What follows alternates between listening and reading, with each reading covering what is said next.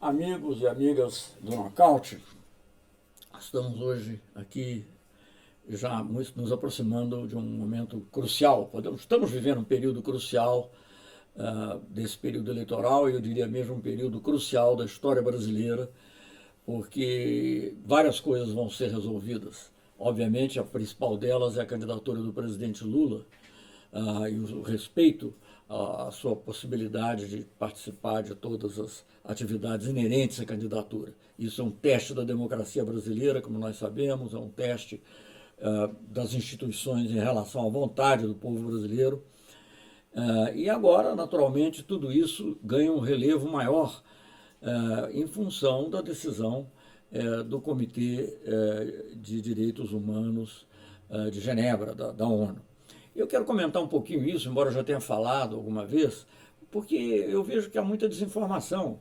Eu vejo, assim, comentaristas de televisão e às vezes até pessoas com posição de autoridade dizem um comitêzinho. Não é um comitêzinho, né? O Comitê de Direitos Humanos das Nações Unidas é um órgão de tratado.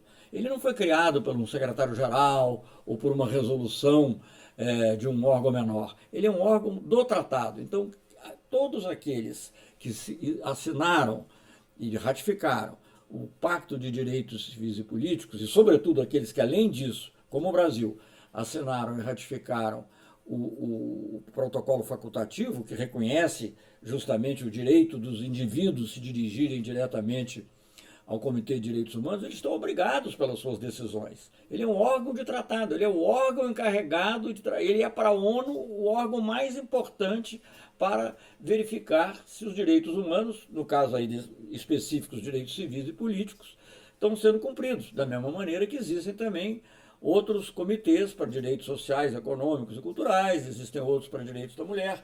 Então, ele é um órgão de tratado, ele é um órgão da maior importância. Só pessoas que desconhecem totalmente a área internacional podem dizer que é um comitêzinho. Isso é o primeiro ponto. O outro ponto são aqueles que dizem que, bom, mas é um problema de soberania. Não se trata de um problema de soberania, porque o Brasil contraiu essas obrigações voluntariamente, são obrigações do Estado brasileiro, não é nem sequer do governo só, de um dos ramos do poder no Brasil, é do Estado brasileiro. E o Brasil assumiu livremente essas obrigações e tem que cumpri-las. Então, na realidade, e veja bem, não somos apenas nós que defendemos o Lula que estamos dizendo isso.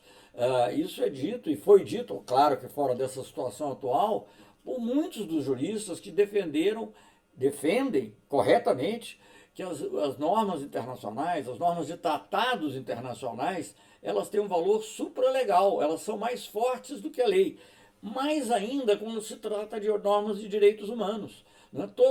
Muitos dos atuais juízes da corte gostaram de mostrar, e é bom que tenham mostrado, o seu apreço pelos direitos humanos e o apreço às normas internacionais. Eu acho que alguns deles até se referiram ao caráter civilizatório que tem essas normas internacionais para que justamente o ordenamento jurídico do país vá se adequando. E a outra falácia que comumente se ouve é dizer, não, isso é direito eleitoral, não é direito humano. É outra bobagem. Não é? Não sei se é bobagem ou é má fé de quem fala, porque alguns não podem ignorar os fatos. O artigo 25 do Pacto Internacional de Direitos Civis e Políticos assinala especificamente o direito de votar e ser votado como um direito humano. E foi justamente em função do dano irreparável que pode decorrer para o presidente Lula da sua interdição de ser candidato, antes que todos os recursos em relação aos casos, as ações criminais sejam julgadas, sejam transitadas em julgado, num processo justo, como também diz o comitê, é justamente em função do risco de que isso ocorra que o tratado emitiu uma medida cautelar, uma medida de cumprimento imediato, é para evitar que aliás, por enquanto não está sendo cumprida, mas esperemos que ainda possa ser cumprida. Não é? Por quê? Porque a não aceitação do Lula como candidato, mesmo que depois, digamos, o Lula ganhe os recursos, terá havido um dano irreparável se ele não puder ter sido candidato. Então, todas essas todas essas discussões que tem havido, de dizer que é um comitezinho, dizer que direito eleitoral não tem a ver com direitos humanos, né? Ou de procurar dizer que não é obrigatório. Pô, enfim, tudo isso, na realidade, revela, em alguns casos, imagino eu, desconhecimento, e no outro, talvez até má fé mesmo. Então é algo muito importante que nós temos julgado. Agora, vejam bem, se o Brasil não cumprir com esse tratado, além, digamos, da imagem ruim que já tem, porque o mundo inteiro acompanha, o que tem ocorrido com o presidente Lula, a natureza absolutamente peculiar e fora do comum, como tem sido esse julgamento, a velocidade, a negação até de decisões de próprios juízes que eram os competentes para o caso, como foi o caso daquele habeas corpus concedido pelo juiz Favreto, pelo o desembargador Favreto lá de Porto Alegre. Quer dizer, o mundo todo acompanha. Hoje em dia não há mais como esconder isso. Na época da ditadura militar, havia alguns aí que diziam que aqui não, era uma ilha de tranquilidade. Na verdade, era uma ilha da fantasia, porque, obviamente, as pessoas estavam sofrendo muito. Então, nesse caso, não é possível. Essas coisas o mundo vê. Né? As pessoas não podem pensar que elas estão falando só para enganar aquele público ou para se justificar diante de um público que ignora. O mundo vê. E isso afeta, obviamente, a credibilidade do Brasil. Mas além desse impacto geral que o caso está ocorrendo, o não cumprimento de uma norma internacional, o não cumprimento de uma obrigação decorrente de tratado, coloca o Brasil, do ponto de vista do direito internacional, como um pária. É um pária. Então, como já foi lembrado até no passado por um juiz, como é que pode esse país querer ser membro permanente do Conselho de Segurança, tese que eu defendi muito, tanto como embaixador de Fernando Henrique Cardoso, como quando ministro do presidente Lula, e aliás até antes como ministro também de Itamar Franco, e que outros embaixadores e ministros brasileiros defenderam também com ardor, né? Como é que esse país pode querer ocupar um lugar, por exemplo, em Conselho de Direitos Humanos? Como ele pode querer ocupar um lugar importante nessa área que é tão vital para nós? Aliás, tivemos já um brasileiro ilustre, que foi alto comissário de Direitos Humanos, que era o Sérgio Vieira de Mello. Como a gente pode querer isso se a gente não cumpre com os tratados? Então, esse é o ponto que eu acho que temos que prestar atenção. Já que eu estou falando um pouquinho disso e da repercussão internacional, que é cada vez maior. Veja bem, um artigo importante que saiu do Jorge Castanheda, é um intelectual, um homem que de modo algum pode ser dito que é um esquerdista, é crítico, aliás, da esquerda na América Latina, no Brasil inclusive, não é? Ele fez um artigo que diz que o Lula tem que estar, na urna o nome dele e não o Lula na prisão, para que a democracia brasileira seja preservada, independentemente de outras questões que são julgadas. É um artigo, aliás, e esse artigo, que é um artigo importante, ele saiu na primeira página da versão impressa do New York Times. Agora, tem pessoas que ridiculamente dizem que tudo isso é manipulação do PT, tem gente até que diz que é manipulação minha. Imagina, se tivesse esse poder, eu hoje ia ser secretário-geral da ONU, ou mais, né? E não íamos ter essa situação horrorosa que nós temos no Brasil. Né? Que, na realidade, essas pessoas, além de tudo, demonstram uma grande mesquinharia, porque elas são incapazes de compreender que outras pessoas se sintam realmente atacadas e ofendidas pelo que está ocorrendo no Brasil. Quando eu fui visitar o Papa, as pessoas são tão mesquinhas que ficam discutindo a frase do Papa. O Papa sempre, para todas as pessoas, pela humildade que ele é natural, em vez de ele dizer, vou rezar por você, ele diz, reze por mim. Ele acabou de dizer, hoje eu tive uma pessoa que é diretora, que foi presidente do Partido Social Democrata Alemão, que escreveu a mesma coisa. Só que, inclusive, no nosso caso, se a pessoa tivesse lido inteira a frase do Papa, diz assim, com a minha bênção, peço que reze por mim. É a mensagem que ele mandou para o Lula.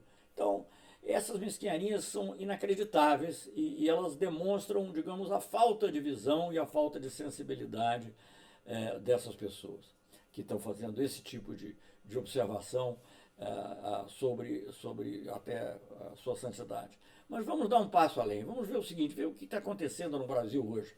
Eu estive visitando o Lula a última vez, já tem uns 2 semanas, justamente eu levei esse livro que tinha a bênção do Papa e o humilde pedido de que o Lula rezasse por ele, que é como ele faz com todas as pessoas. E eu tinha estado com o Papa junto com um ex-ministro chileno e um ex-ministro argentino, ministros de outros temas, não de relações exteriores.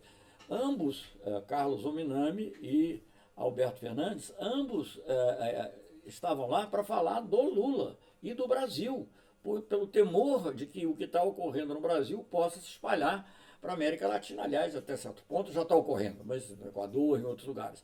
Mas há uma grande preocupação de que esse sistema, que é movido pelo capital financeiro, movido por interesses que a gente não sabe bem onde estão, interesses estratégicos, econômicos, eles não dizem respeito só ao Brasil. Claro, o Brasil é o país maior, mas eles dizem respeito ao conjunto da nossa região.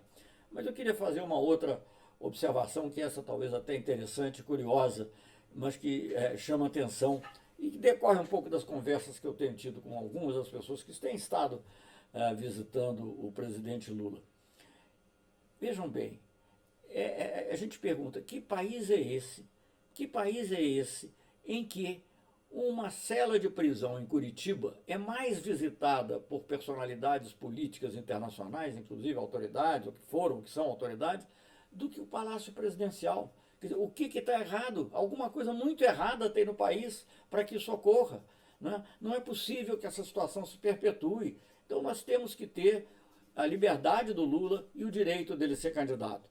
A liberdade do Lula porque é uma exigência do povo e é uma exigência de todos os que se debruçam sobre o assunto, partidos que estão longe de ser radicais, muitos são críticos, foram críticos do PT, são críticos de outros países aqui da região, e o direito dele ser candidato, que já por todos esses motivos também, inclusive o da soberania popular, porque o povo quer escolher, e é preciso que o novo presidente do Brasil tenha legitimidade. Né? Mas além disso, hoje, com essa decisão do Comitê de Direitos Humanos das Nações Unidas, quer dizer, o Brasil quer ser um pária internacional em matéria de direitos humanos, nem na ditadura, eu acho que a ditadura tomava jeito e não assinava os tratados.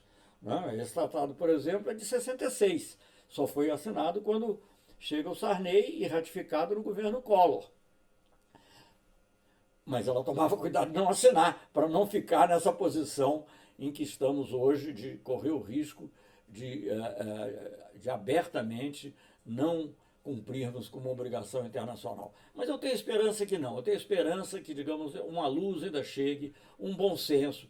Eu acredito que tenha uma dose de sinceridade na defesa que alguns desses juízes fizeram há mais tempo, juízes e procuradores, há mais tempo fizeram dos direitos humanos e das normas internacionais sobre direitos humanos, e que a solução, que é a única que pode pacificar o Brasil, que é deixar o Lula se candidatar, possa ocorrer. Porque, se no contrário, me perguntava hoje justamente esse presidente atual da Fundação Friedrich Ebert, que já foi presidente do Partido Social Democrata, foi presidente, inclusive, foi presidente do Parlamento Europeu. Não estamos falando de nenhuma pessoa assim, leviana, estamos falando de uma pessoa que exerceu todos os cargos de importância na Europa, na Alemanha e na Europa.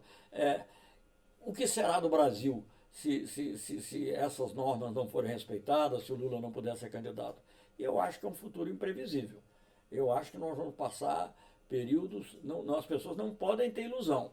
O Temer, de certa maneira, se beneficiou da provisoriedade. Né? Todo mundo ficou, vamos concentrar na eleição. Mas eu acho que nós vamos ter uma situação muito séria, muito grave no Brasil, e com um país desacreditado internacionalmente e sem legitimidade junto ao seu próprio povo.